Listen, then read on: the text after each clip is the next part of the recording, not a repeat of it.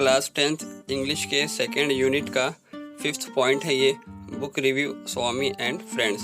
आज के इस वीडियो में हम इसके क्वेश्चन के आंसर्स डिस्कस करने वाले हैं। आपके पास इस तरह से फर्स्ट क्वेश्चन है, इसको आपको लिखना है। ज़रा बड़ा क्वेश्चन है, ये लेंथी क्वेश्चन है।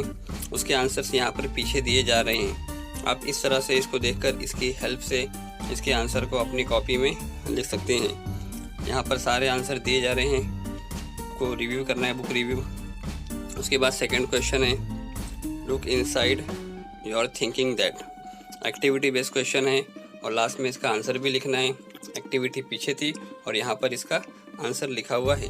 इस तरह से आप इस आंसर को देखकर अपनी कॉपी में इसको कंप्लीट कर सकते हैं। उसके बाद जब आगे जाएंगे आपको थर्ड क्वेश्चन मिलेगा।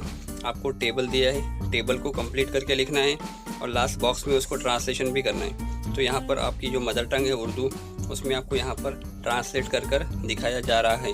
इस तरह से आप इसको देखकर अपना टेबल कंप्लीट कर सकते हैं। उसके बाद जो नेक्स्ट क्वेश्चन है find from the lesson the noun form of. जो नीचे दिया गया उसके आपको नाउन बताना है।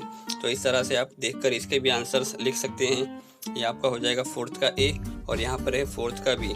फाइंड वर्ब फॉर्म ऑफ, जो नीचे दिया गया उसका आपको वर्ब बताना है। तो आप इस तरह से इसकी मदद से लिख सकते हैं। उसके बाद आखिरी क्वेश्चन है सी फाइंड एडजेक्टिव फॉर्म ऑफ। इसका आपको एडजेक्टिव बताना है, तो वो भी आपके सामने दिया गया है। इस तरह से यहाँ पर आपका 2.5 कंप्लीट होता है। उम्मीद करते हैं कि आज की वीडियो आपको पसंद आई होगी।